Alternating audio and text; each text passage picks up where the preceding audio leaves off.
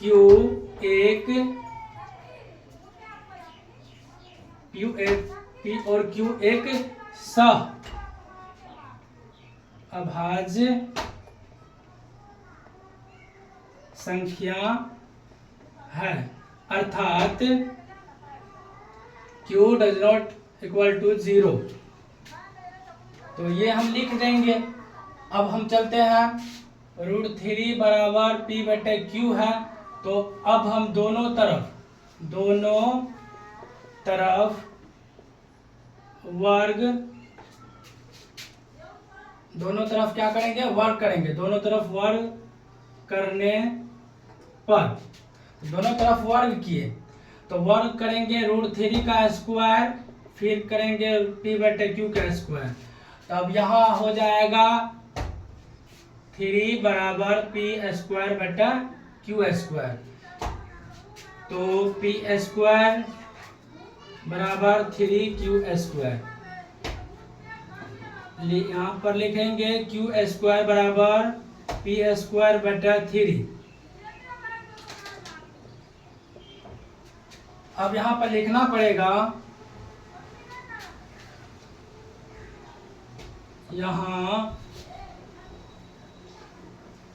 P square 3 से विभाज्य है। यहाँ P स्क्वायर 3 से विभाज्य है, तो P भी 3 से विभाज्य होगा।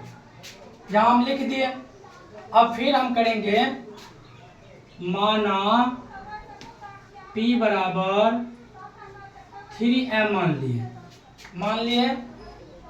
उसके बाद ये जो था Q स्क्वायर बराबर P स्क्वायर बटे 3, इसको मान लेते हैं समीकरण 1 मान लिए।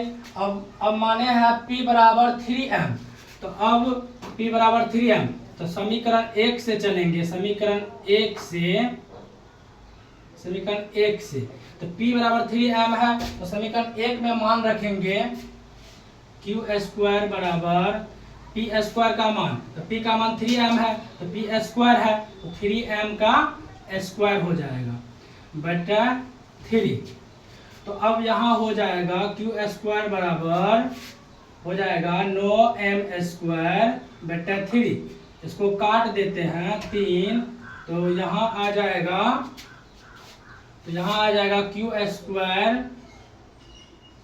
स्क्वायर बराबर 3m स्क्वायर। तो यहाँ m स्क्वायर बराबर Q स्क्वायर बटा 3। तो यहाँ तक हो गया। अब हमको फिर लिखना है, यहाँ तक करने के बाद अब लिखेंगे यहाँ पर, फिर लिखते हैं यहाँ Q स्क्वायर 3 से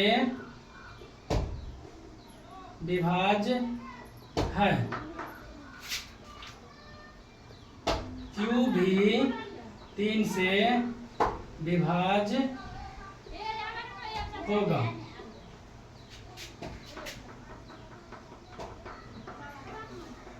अतः हमारा मानना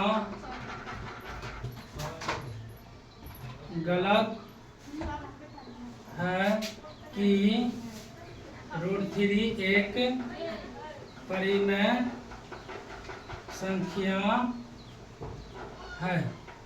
अतः √3 एक अपरिमेय